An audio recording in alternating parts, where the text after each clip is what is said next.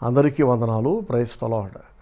వాక్యం వింటున్న వారందరికీ ప్రభు అయిన యేసుక్రీస్తు వారి శుభనామములో వందనాలు తెలియజేస్తున్నాను. నా ప్రియ సహోదరి సహోదరులారా, ఎన్నోసార్లు మనందరం దిక్కుతోచని స్థితిలో పడిపోతుంటాం. ఏం చేయాలో అర్థం కాదు, ఎటెళ్ళాలో అర్థం కాదు, ఏ నిర్ణయం తీసుకుంటే ఏమవుతుందో అనే భయం, గందరగోళం, అయోమయం ఆవరిస్తూ ఉంటుంది. ఒక మాటలో చెప్పాలంటే 4 రోడ్ల సెంటర్లో మనం ఆగిపోయి ఏ దారి గుండా వెళ్ళాలో అర్థం కాని స్థితి. ఇదే సరైన దారి అనుకుని ఒక దారి ఎంచుకున్నాం అనుకోండి, తర్వాత అది రాంగ్ రూట్ అని మనకు తెలిసింది అనుకోండి, అప్పటికే చాలా దూరం వెళ్ళిపోతాం. వెనక్కి రాక తప్పదు. కానీ మరి ఎంత టైం వేస్ట్, ఎంత ఫ్యూయల్ వేస్ట్, ఎనర్జీ లాస్ కదా. లైఫ్లో ఇలాంటి చిక్కుముడు లాంటి సమస్యల్లో మనందరం అనేక సార్లు ఇరుక్కుపోతుంటాం. అయితే దేవుని ప్రజలకు ఇక్కడే ఒక ఆశ, ఒక నిరీక్షణ ఉంది. మనకి చిక్కుముడిలాగా అనిపిస్తుంది, మనకి అదొక పెద్ద సమస్యలా అనిపిస్తుంది, మనకి దారి తెలియట్లేదు. కానీ అలాంటి పరిస్థితులలో దేవుడు తన ప్రజలను, తన భక్తులను కాపాడతాడు. Praise the Lord. హల్లెలూయా. ఆయన వాళ్ళతో మాట్లాడతాడు. అయోమయం, గందరగోళం ఉన్న ఆ స్థితిలో దేవుడు మాట్లాడి ఎటు వెళ్ళాలో, ఏం చేయాలో, ఏది సరైన దారో, ఏది సరైన నిర్ణయమో, ఏం చేస్తే రాబోయే రోజుల్లో దాని ఫలితం ఎలా ఉంటుందో స్పష్టంగా తన భక్తులతో దేవుడు మాట్లాడుతుంటాడు. Praise the Lord. హల్లెలూయా. ఇలాంటి అనుభవాలు నాకు లెక్కలేననున్నాయి. దిక్కుతోచని స్థితిలో ఇరుక్కుపోయిన సందర్భాలు ఎన్నో ఉన్నాయి నాకు. ఏమన్నా అర్థమవుతుందా?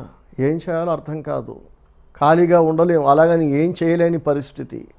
దేవుడే గనక అలాంటి సందర్భాలలో ఆయన కలుగజేసుకొని నన్ను కాపాడి ఉండకపోతే, నాతో మాట్లాడి ఇది సరైన దారి, ఈ దారి గుండా నువ్వు వెళ్ళు అని నన్ను నడిపించి ఉండకపోతే ఎప్పుడో నేను ఘోరంగా దెబ్బతినేవాడిని. ఇలా మాట్లాడే దేవునితో మనకి సరైన అనుబంధము, సంబంధం ఉండాలి.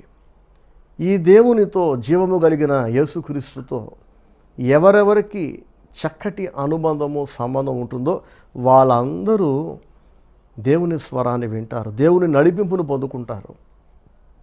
వాళ్ళందరికీ గందరగోళ స్థితిలో, దిక్కుతోచని స్థితిలో, ఏది దారో, ఎటు వెళ్ళాలో అర్థం కాని అయోమయ స్థితిలో దేవుని నడిపింపు, సహాయం దొరుకుతుంది.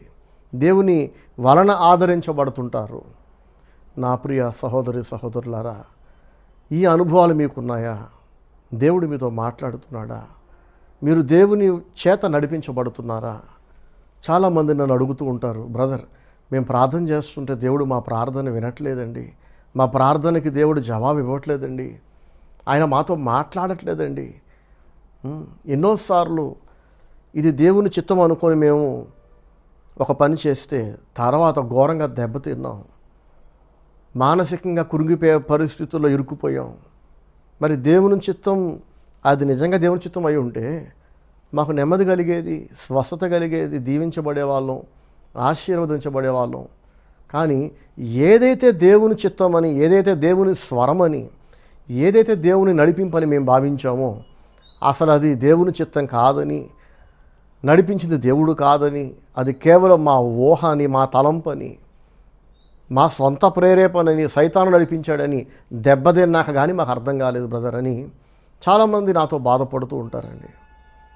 సో అందరికీ ఆశ ఉంటుంది, దేవుడు నాతో మాట్లాడాలి, దేవుడు నన్ను నడిపించాలని. కానీ కేవలం ఆశ పడితే సరిపోద్దా చెప్పండి? మనం చేయాల్సినవి కూడా చేయాలి కదా, ప్రయత్నం చేయాలి కదా. ఒక పొలంలో పంట బాగా పండాలని రైతు ఆశపడితే ముందు దాన్ని దున్నాలి, నీరు కట్టాలి, కలుపు ఏరేయాలి, రాళ్ళన్నీ ఏరేయాలి, విత్తనం నాటాలి కదా, నీరు కట్టాలి, తర్వాత కంచె వేయాలి. ఇలా ఎంతో ప్రయాసం ఉంది.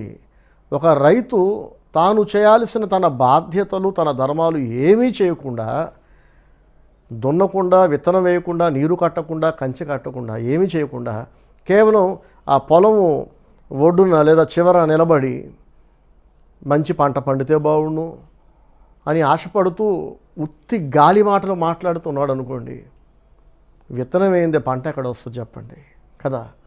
చాలామంది ఆశపడతారు కానీ పొందుకోరు. ఎందుకంటే ఆశపడ్డ ప్రతి వ్యక్తి సోమరిగా అలా నిలబడి ఉండకుండా వారి ప్రయత్నం కూడా చేయాలి.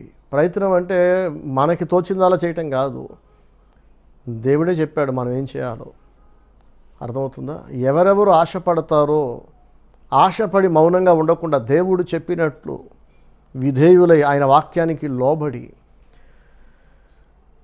వాళ్ళు ప్రయత్నం కూడా చేస్తారో, ప్రయాసపడతారో, వాళ్ళందరితో దేవుడు మాట్లాడతాడు. అలాంటి వ్యక్తుల ప్రార్థన దేవుడు వింటాడు. ఇక్కడ ఈ రెండు ముఖ్యం. మనం చేస్తున్న ప్రార్థన దేవుడు వినాలి, ఇది మొదటిది. విన్న ప్రార్థనకు దేవుడు జవాబు కూడా ఇవ్వాలి. అర్థమవుతుందండి? మన ప్రార్థన దేవుడు విననప్పుడు సుదీర్ఘమైన ప్రార్థనలు గంటల గంటలు మనం చేసిన ప్రయోజనం ఏంటి చెప్పండి కదా. మన ప్రార్థన దేవుడు విననప్పుడు, మన ప్రార్థనకు జవాబు రానప్పుడు, మన ప్రార్థన ఆలకించి దేవుడు రెస్పాండ్ అవ్వనప్పుడు, స్పందించినప్పుడు, దేవుని నుండి సహాయము, నడిపింపు, ఆదరణ, స్వస్థత, ఆశీర్వాదం మనం పొందుకోనప్పుడు ఆ దిక్కుమాలిన ప్రార్థనలు, పిచ్చి ప్రార్థనల వలన ప్రయోజనం ఏంటి కదా. సో నేను అంతసేపు ప్రార్థించా, ఎంతసేపు ప్రార్థన చేశా, ఎవరెవరికో ఫోన్లు చేసి నా కోసం ప్రార్థన చేయమని అడిగా అని చాలామంది పిచ్చి మాటలు మాట్లాడుతుంటారు. దేవునితో మీకు సరైన సంబంధం లేనప్పుడు, మీ వలన దేవునికి ఆనందం లేనప్పుడు, మీరు దేవుని వాక్యానికి విధేయులు కానప్పుడు, మీ కొరకు మీరు చేసే ప్రార్థన దండగా, మీ కొరకు ఎంతమంది భక్తులు ప్రార్థించినా ఆ ప్రార్థన కూడా దేవుడు వినడు. అర్థమవుతుందండి? కారణం ఏంటంటే, ఒక స్విచ్ చేస్తే ఫ్యాన్ తిరుగుద్దేమో, స్విచ్ చేస్తే లైట్ ఆన్ అవుతుందేమో, అది ప్రాణము లేనిది, మనసు లేనిది కనుక, అదొక యంత్రం కనుక స్విచ్ చేస్తే ఆన్ అయిపోతుంది. కానీ దేవుడు యంత్రం కాదు కదండి, దేవుడు ఒక రోబో కాదు కదా, ఒక మెషిన్ కాదు కదా. ఆయన ఆజ్ఞలకు మనం లోబడ్డప్పుడు, ఆయనకు భయపడినప్పుడు, ఆయన్ని వెతికినప్పుడు, ఆయన్ని త్రికరణ శుద్ధిగా ప్రేమించినప్పుడు, ఆయన చెప్పినవి మనస్సు పెట్టి సంతోషంగా జరిగించినప్పుడు, అప్పుడు ఆయన మనలో బట్టి సంతోషపడతాడు, ఆనందిస్తాడు. అర్థమవుతుందండి? చాలామంది చేస్తుంటారు, దేవుని వాక్యాన్ని జరిగిస్తుంటారు, కానీ ఉసూరుమంట ఏడ్చుకుంటూ, ఇష్టం లేకపోయినా, ఏమంటే ఇష్టం లేని పెళ్లి చేసుకున్న ఒక అమ్మాయి ఎలా కాపురం చేస్తుంది చెప్పండి? భర్తతో విడిపోలేక కలిసి ఉంటూ ఉంటుంది కదా. ఇష్టం లేని పెళ్ళి అది, కాబట్టి భర్త మీద ప్రేమ ఉండదు. పెళ్లి చేసేసారు కాబట్టి ఇంక విడిపోలేక పిల్లల్ని కంటది, సంవత్సరాలు దొల్లిపోతుంటాయి, కానీ ఆమెకి సంతోషం ఉండదు, ఆనందం ఉండదు. సో అలా కాదు, దేవునితో మన అనుబంధమైన, మనుషులతో మన అనుబంధమైన ఆ అనుబంధాన్ని బట్టి, ఆ సంబంధాన్ని బట్టి మనం ప్రతి క్షణం ఆనందించాలి. ఇంత గొప్ప దేవుడు నాకు దొరికినందుకు నేను ధన్యుడిని, ధన్యురాలని అని దేవుని బట్టి ఆనందించాలి. భర్తను బట్టి భార్య ఆనందించాలి, భార్యను బట్టి భర్త, తల్లిదండ్రులను బట్టి పిల్లలు గర్వపడేలా ఉండాలి తప్ప, ఇలాంటి తండ్రి నాకెందుకు ఉన్నాడు అని తల్లిని బట్టి, తండ్రిని బట్టి పిల్లలు బాధపడి నెత్తికొట్టుకొని, తలకాయ బాదుకొని, తప్పుద్దా అని తల్లిదండ్రులే పిల్లలకి బరువుగా, భారంగా, అడ్డుబండలుగా మారుతారు వాళ్ళు బాగుపడకుండా కొన్ని సందర్భాల్లో. అలా ఉండకూడదు. మనం కలిగిన ప్రతి సంబంధాన్ని బట్టి మనం ఆనందించేలా ఉండాలి. సరే, ఇప్పుడు ముఖ్యంగా దేవుని గురించి మాట్లాడుకుంటున్నాం కదా. మీలో ఎంతమంది దేవుణ్ణి కలిగినందుకు ఆనందిస్తున్నారు చెప్పండి? కొంతమంది దేవుణ్ణి కలిగినందుకు వారు సంతోషిస్తున్న దానికంటే కూడా కొత్త సెల్ ఫోన్ కొనుక్కున్నప్పుడు ఎక్కువ ఆనందిస్తారు. అంటే దేవుని కంటే వీళ్ళకి ఫోన్ ఎక్కువ. ఎప్పుడు చూసినా ఉసూరుమంట సనుగుతూ, గునుగుతూ, వాళ్ళని వాళ్ళు తిట్టుకుంటూ, అందరినీ తిడుతూ, వాళ్ళని వాళ్ళు శపించుకుంటూ, అందరినీ శపిస్తూ, దేవుని మీద కూడా సనుగుతుంటారు. దేవుడు మాకు అన్యాయం చేశాడు అంటుంటారు, దేవుడు ఇంకేదో చేయలేదు అంటారు. అప్పటికే దేవుడిచ్చిన ఆశీర్వాదాలను బట్టి ఒక్కసారి కూడా నోరు తెరిచి దేవుడే నాకు ఇది ఇచ్చాడు, దేవుడు నాకు ఈ ఉద్యోగం ఇచ్చాడు, దేవుడు నాకు ఇల్లు ఇచ్చాడు, ఏమండి ఇలా ఏదేదైతే వాళ్ళు పొందుకున్నారో అవన్నీ నా దేవుడు నాకు ఇచ్చాడు అని మనస్ఫూర్తిగా నమ్మరు, నోరు తెరిచి సాక్ష్యం చెప్పరు. కొంతమంది అయితే నేను వాళ్ళని పిలిచి చెప్పా, దేవుడు నీకు దిక్కు లేని స్థితిలో ఉన్న నీకు ఒక మంచి ఉద్యోగం ఇచ్చాడు కదా, దేవుడు తెరిచిన దారే కదా ఇది. ఒకవేళ దేవుడు నీకు జాబ్ ఇవ్వకపోతే, ఈ దారి తెరవకపోతే, ఇంకా ఎక్కువ ప్రయాసపడుతూ తక్కువ జీతానికి ఇంకెక్కడో పని చేయాల్సి వచ్చేది కదా. మరి ఊహించని విధంగా మంచి ఉద్యోగం, తక్కువ శ్రమ, ఎక్కువ జీతం, ఇది దేవుడు తెరిచిన దారే కదా నీకు. నువ్వు ప్రార్థన చేయమన్నావు, నేను ప్రార్థన చేశా, ఇదిగో దేవుడు ఉద్యోగం ఇచ్చాడు, ఎందుకు సాక్ష్యం చెప్పట్లేదు అని నేను పిలిచి హెచ్చరించిన తర్వాత కూడా సాక్ష్యం చెప్పకపోవటం చూసి ఆశ్చర్యపడ్డా. సొంతగా చెప్పట్లేదు, దేవుడిని మహిమపరచట్లేదు, సొంతగా దేవుడే నాకు ఇచ్చాడని వాళ్ళు దేవుణ్ణి హెచ్చించట్లేదు. దైవజనుడు పిలిచి చెప్పాక కూడా దేవుని భయం లేదు, అస్సలు కృతజ్ఞత లేదు. ఎందుకు ఇలా ఉంటున్నారంటే, దేవుడే నాకు ఇచ్చాడన్న నమ్మకం వాళ్ళకు లేదు. వాళ్ళు ఏమనుకుంటున్నారంటే, నా తెలివితేటలతో, నా కష్టంతో, అదృష్టం కొద్దీ, అనుకోకుండా, అకస్మాత్తుగా, యాక్సిడెంటల్గా నాకు ఉద్యోగం వచ్చింది, నాకు మంచి జరిగింది, నాకేదో కలిసి వచ్చింది అనుకుంటున్నారు. దేవుని పాత్ర లేదనుకుంటున్నారు. దేవుని సెలవు లేనిదే ఒక తల వెంట్రుక కూడా కింద రాలదని దేవుని వాక్యం అంటుంది. అటువంటిది మీ జీవితాన్ని కీలకంగా ఆశీర్వాదకరమైన మలుపు తిప్పిన ఒక ఉద్యోగం మీకు వచ్చిందంటే, సంతానము లేని స్థితిలో మీరు ఏడుస్తుండగా, ప్రార్థిస్తుండగా గర్భఫలం వచ్చిందంటే, దేవుని సెలవు లేకుండా, దేవుడు ఇవ్వకుండానే ఈ దీవెనలను వచ్చాయంటారా? ఇది నేను చెప్పాలా? సొంతగా ఒప్పుకోరు. దైవజనుడు ద్వారా దేవుడు హెచ్చరించినా అందరి ఎదుట నా దేవుడు నాకు జాబ్ ఇచ్చాడు, నా దేవుడు నాకు ఇల్లు ఇచ్చాడు, నా దేవుడు నాకు పలానా ఆశీర్వాదం ఇచ్చాడని నోరు తెరిచి సాక్ష్యం చెప్పరు. ఇలాంటి వాళ్ళు బాగుపడతారు చెప్పండి? లైఫ్ అంటే కేవలం 1-2 అవసరాలతో తీరిపోతుందా?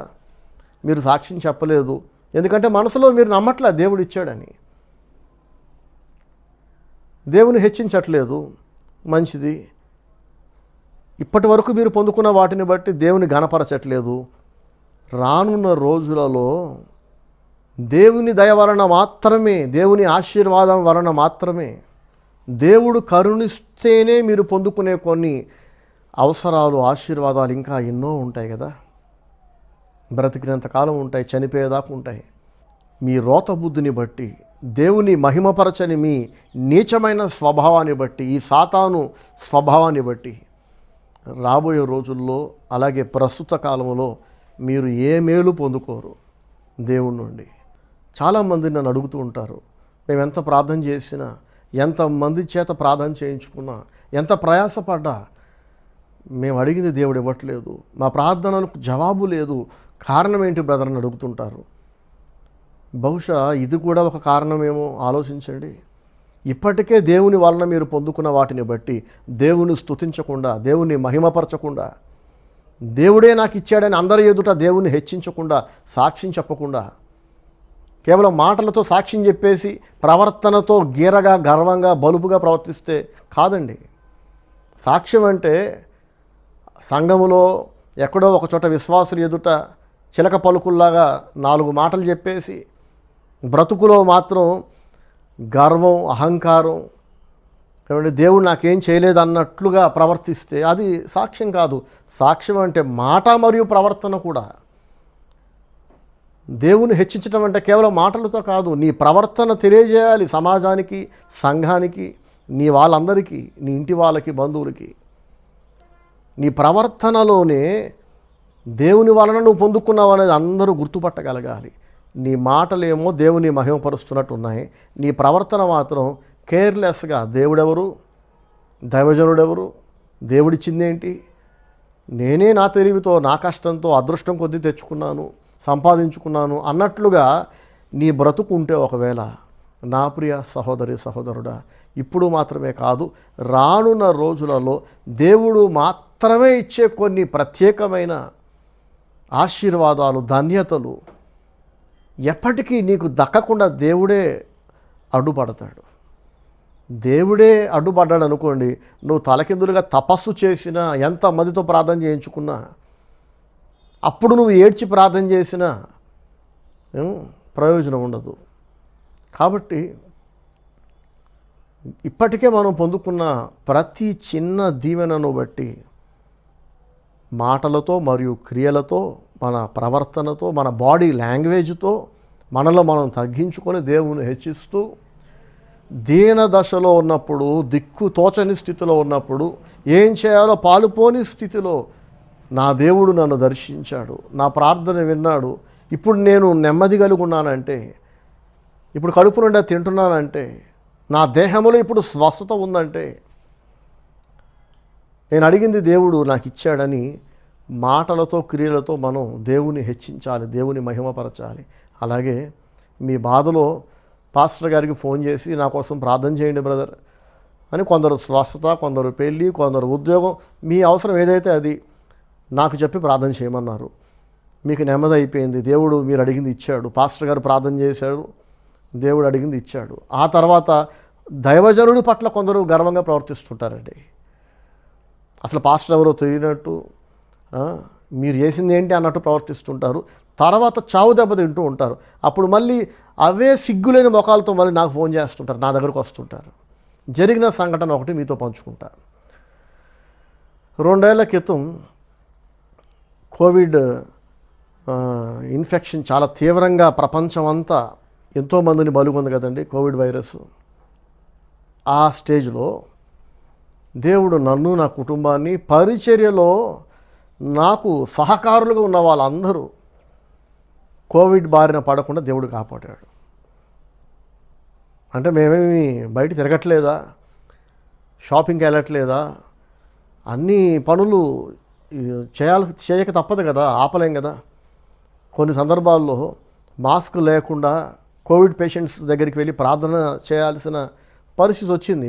మాస్క్ లేదు, ఆఖరి క్షణంలో మాస్క్ లేదని మరి వెనక్కి రాలేం కదా.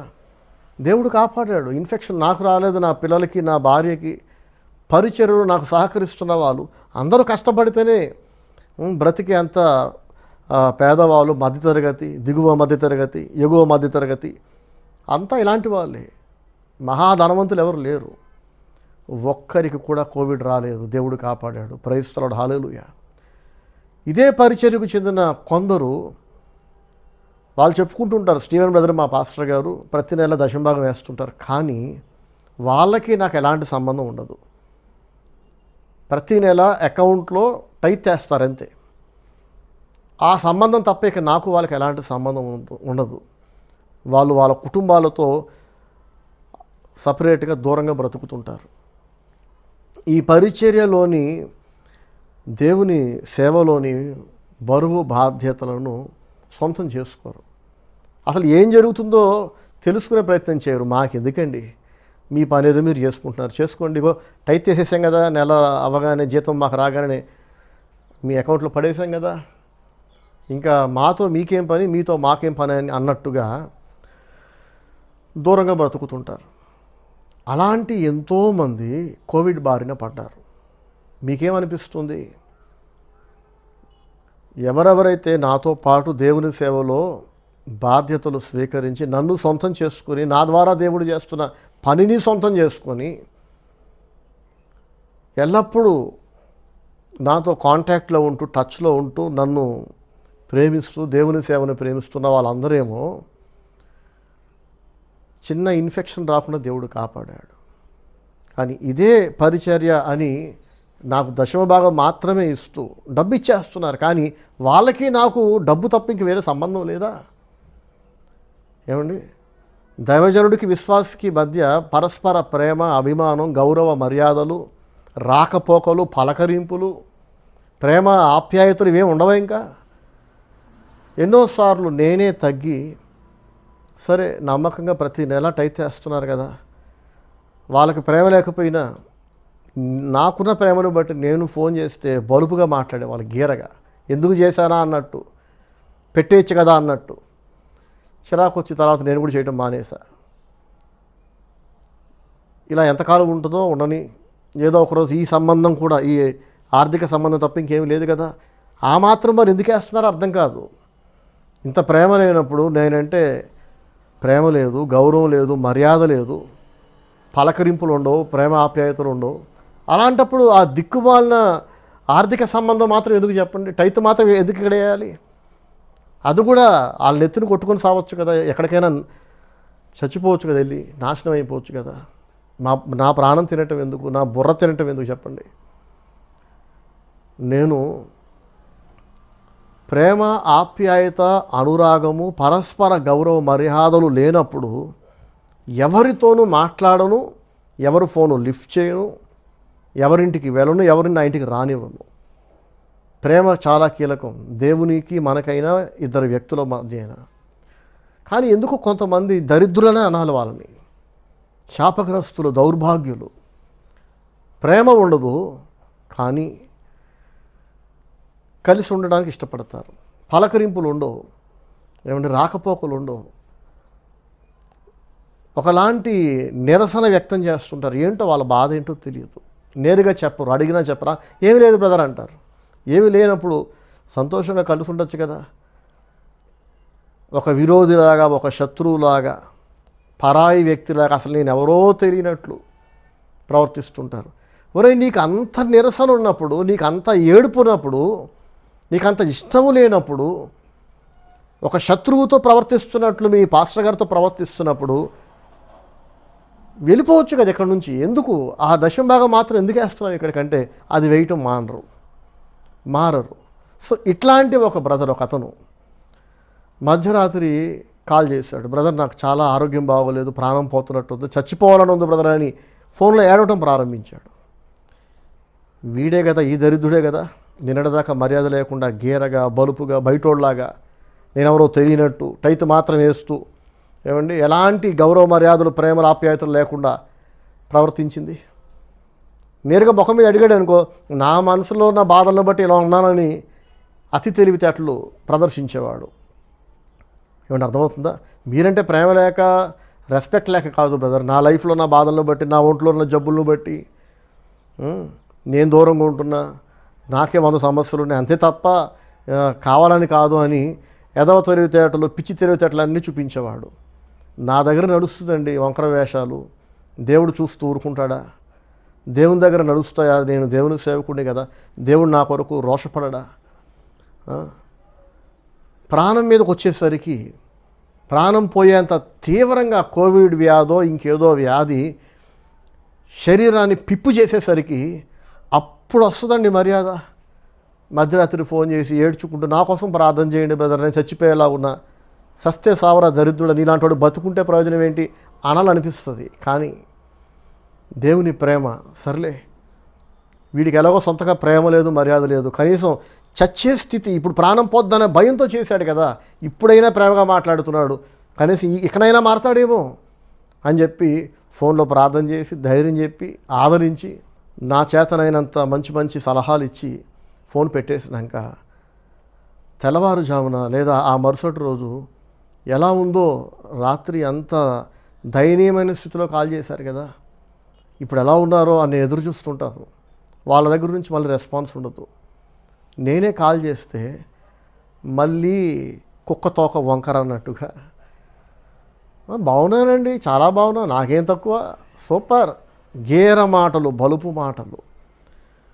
ఒరే, రాత్రే కదరా, నిన్ను నువ్వు తగ్గించుకొని ఏడ్చుకుంటూ, నాకు మీరు తప్ప ఇంకెవరు లేరు బ్రదర్, మీరే తండ్రి, మీరే అన్న, మీరే సర్వం అని మాట్లాడావు.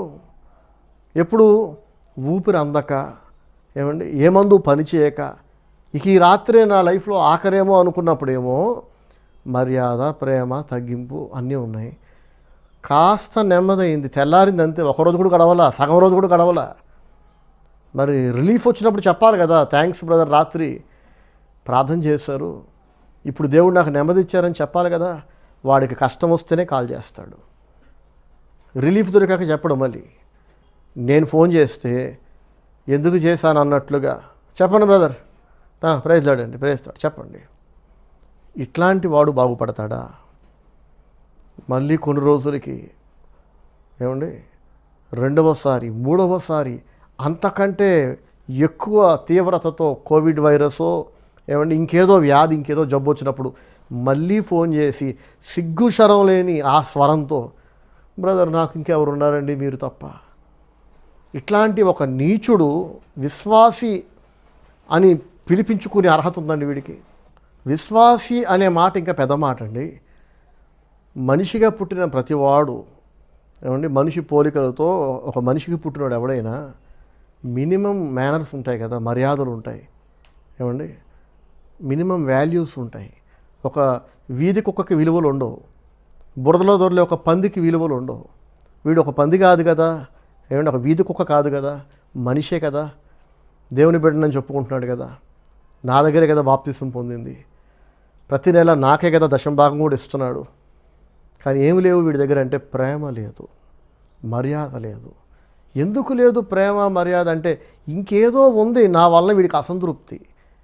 అది నేరుగా నన్ను అడగడు, నేను ఎన్నిసార్లు అడిగినా ఏంటి సంగతి అని చెప్పడు. ఎందుకు చెప్పడు అంటే అదేదో వంకర అసంతృప్తి. అర్థమవుతుందా?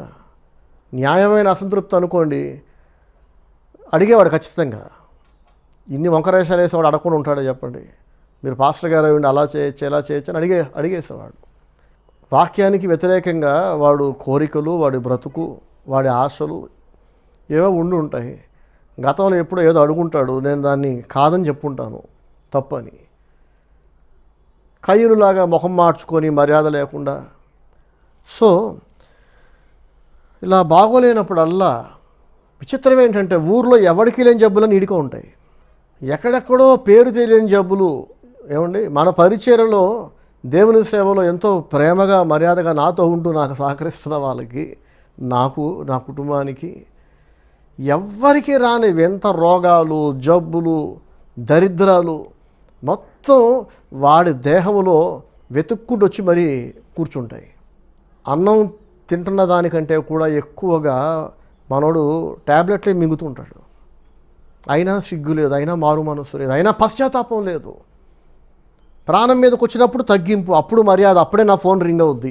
కాస్త ఆరోగ్యం ఉందంటే, కాస్త పరిస్థితి బాగుందంటే కనుక మళ్ళీ ఈ నీచుడు మళ్ళీ ఫోన్ కూడా చేయడు. ఇంకా ఇంత చక్కగా అంటున్నాను చూడండి, నీచుడు, దరిద్రుడు, పనికిమాలోడు అని.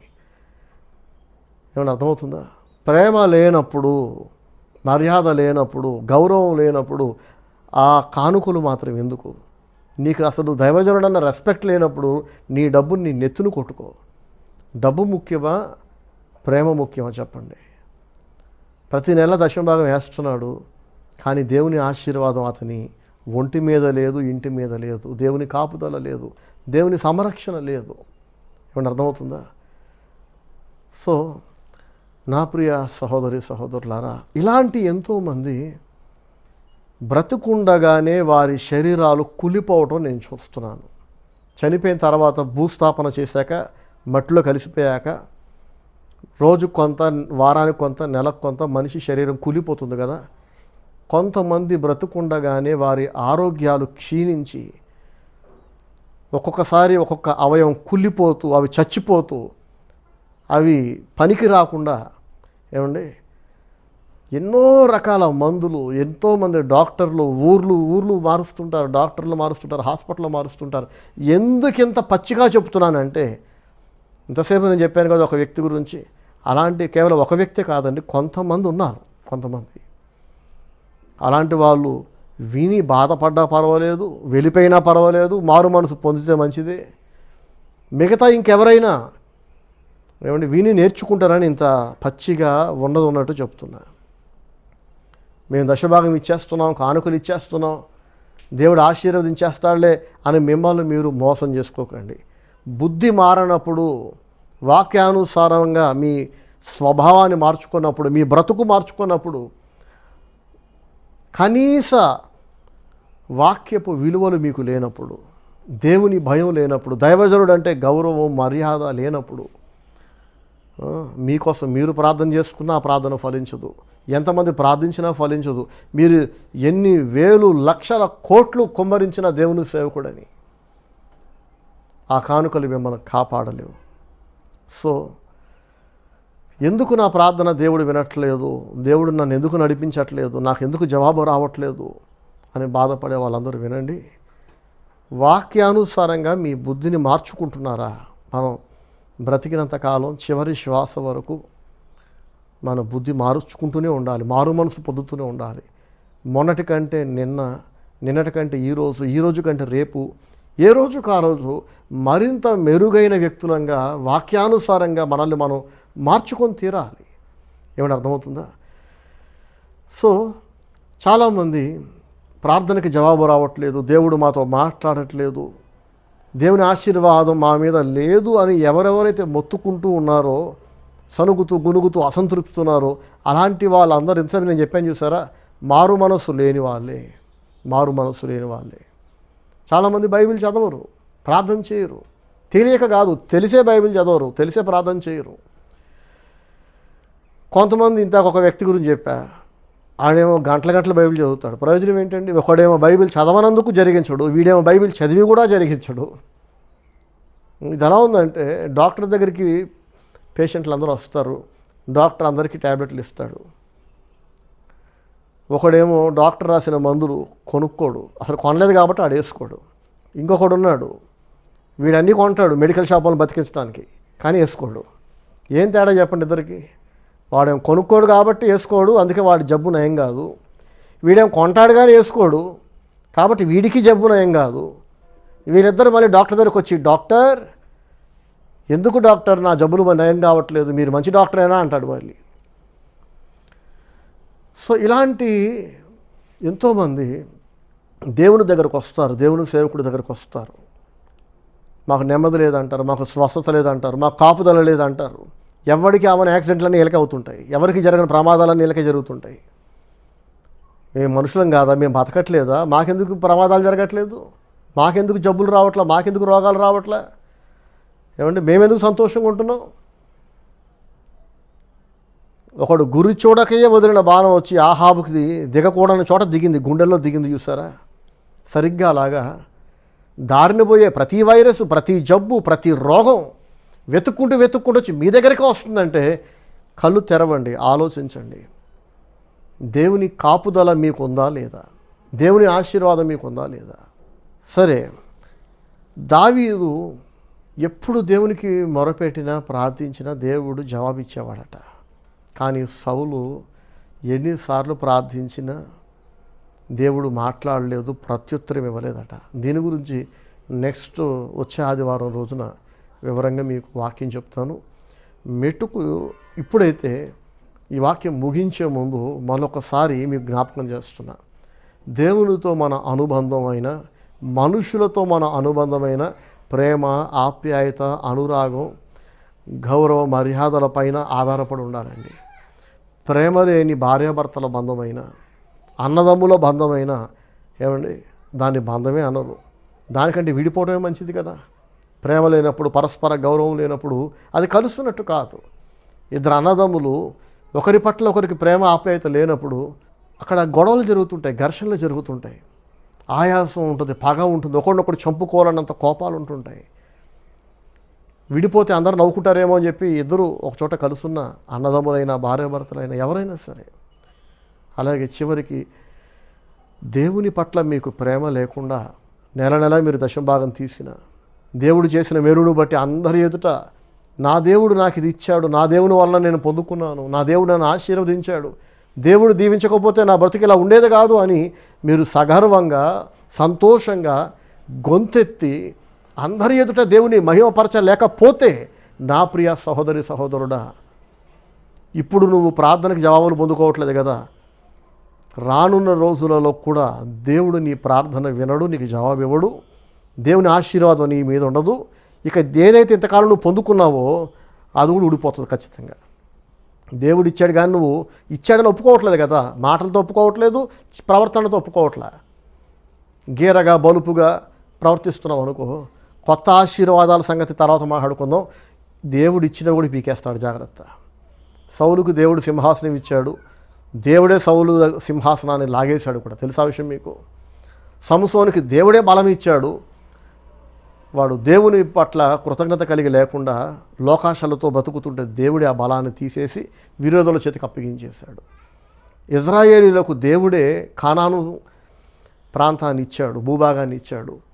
ఇచ్చిన దేవుడే వాళ్ళని అక్కడి నుంచి మళ్ళీ బయటికి వెళ్ళగొట్టాడు, ఆ భూభాగాన్ని అన్యుల చేతికి అప్పగించాడు. చూసారా? దేవుడు ఇచ్చినప్పుడు ఆయన ఇచ్చాడని ఒప్పుకోవడానికి ఏంటి బాధ? ఒప్పుకునే మంచి బుద్ధి నీకు ఎందుకు లేదు? అంటే అర్థమవుతుందా? ముఖం అంతా మార్చేసుకొని అసలు దేవుడే ఇవ్వనట్టు నువ్వు ప్రవర్తిస్తే ఒరే నీకు ఎంత ఇచ్చినా ఇవ్వలేదంటున్నావు కాబట్టి ఇచ్చింది లాగేసుకుంటా, కొత్తది ఇవ్వనని చెప్పి ఖచ్చితంగా దేవుడు లాక్కుంటాడు. ఇప్పుడు అడిగిన దానికి దేవుడు జవాబు ఇవ్వట్లేదు అని మీరు ఏడుస్తున్నారు. నేను చెప్పేది జాగ్రత్తగా వినండి. కొత్త అవసరాలు దేవుడు ఇవ్వకపోవడం కాదు, ఇచ్చినవి కూడా దేవుడు లాగేసుకుంటాడు అంటున్నాను. అప్పుడు ఇంకా దరిద్రంగా ఉంటుంది. మీ కళ్ళ ఎదుట మీ తోటి విశ్వాసులు, మీ ఇరుగు పొరుగు వాళ్ళు, ఊర్లో అందరూ బాగుపడుతుంటారు. మీరు మాత్రం తిరోగమన దశ అంటారు చూడండి, రివర్స్లో పరిగెడుతుంటుంది మీ లైఫ్. సో ఈ 2023వ సంవత్సరం కొత్త నిర్ణయం నేను తీసుకున్నాను. ప్రేమ లేని వ్యక్తులు, మర్యాద లేని వ్యక్తులు ఉంటారు చూసారా, రోగం వచ్చినప్పుడు, అవసరం వచ్చినప్పుడు నన్ను వాడుకోవడానికి అప్పుడు మాత్రమే తగ్గింపు, అప్పుడు మాత్రమే ప్రేమ, అప్పుడు మాత్రమే మర్యాద చూపిస్తుంటారు చూడండి. ఒక కుక్కను కొట్టి వెళ్ళగొట్టినట్లు అలాంటి దరిద్రులందరినీ నా లైఫ్ నుంచి, పరిచయం నుంచి కట్ చేసేద్దామని నిర్ణయం తీసుకున్నా. 2023లో ప్రేమ, మర్యాద, ఆప్యాయత, అనురాగం కలిగిన వారితో మాత్రమే అనుబంధం కలుగుదామని నిర్ణయించుకున్నాను. ఏమంటే అర్థమవుతుందా? ఈ ప్రేమ మర్యాదలు లేని వ్యక్తులు ఫోన్ చేస్తే ఇంకా లిఫ్ట్ చేయకూడదు, మెసేజ్ పెడితే ఆన్సర్ ఇవ్వకూడదని తీర్మానం తీసుకున్నా. ఈ సంవత్సరం ఎలాగో ఎండ్ అయిపోతుంది కదా, ఇంకొక నెలన్నరలో కొత్త సంవత్సరం, కొత్త జీవితం.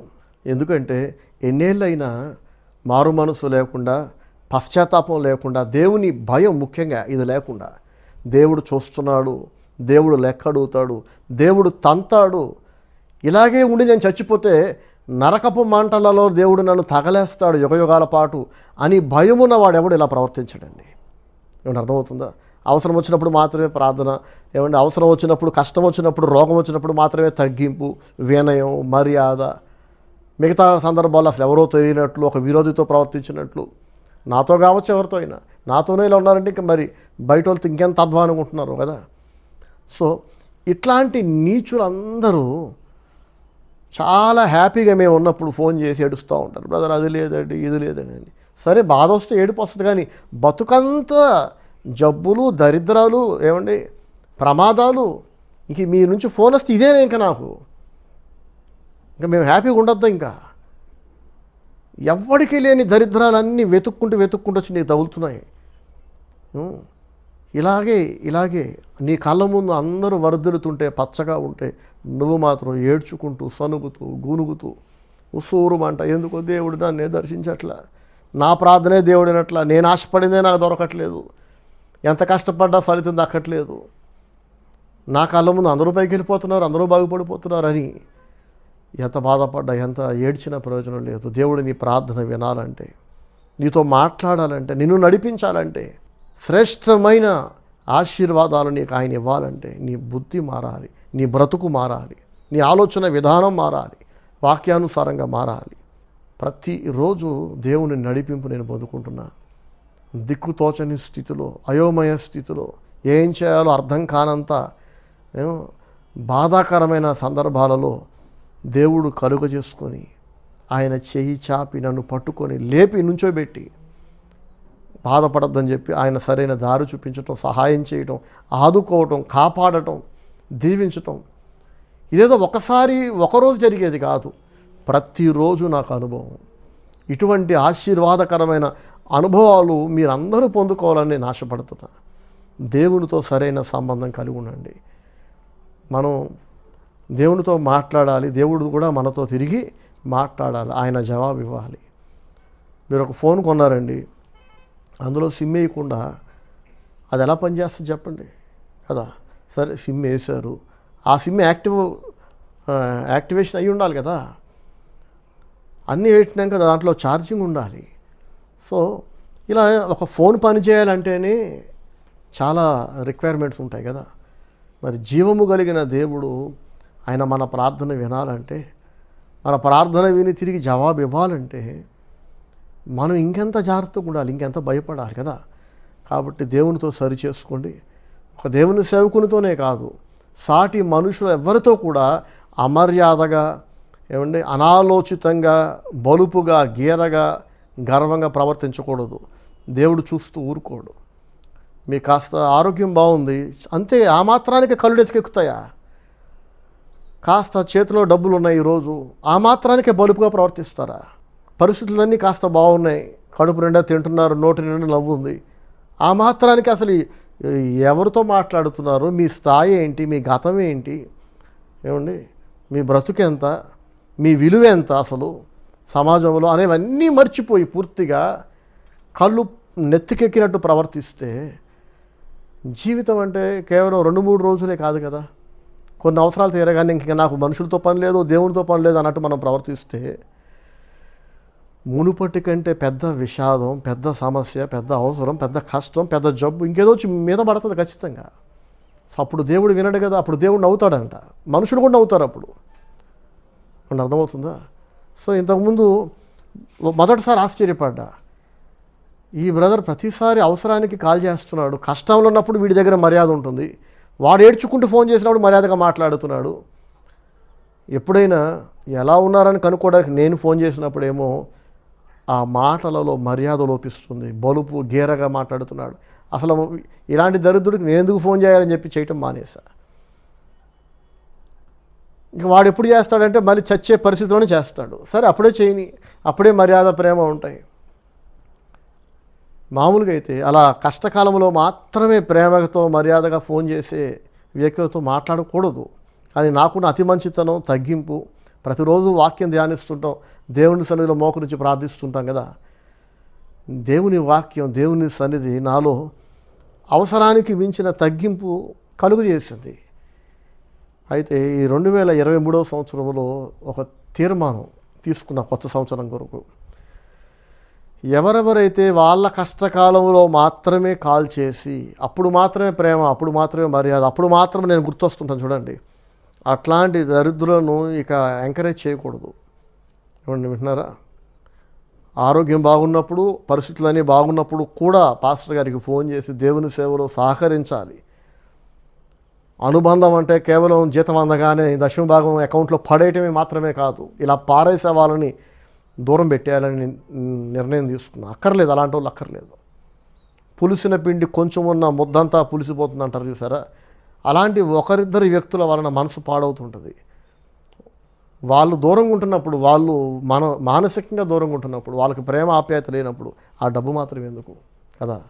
సో అలాంటి వాళ్ళు కాల్ చేసినా లిఫ్ట్ చేయకూడదు.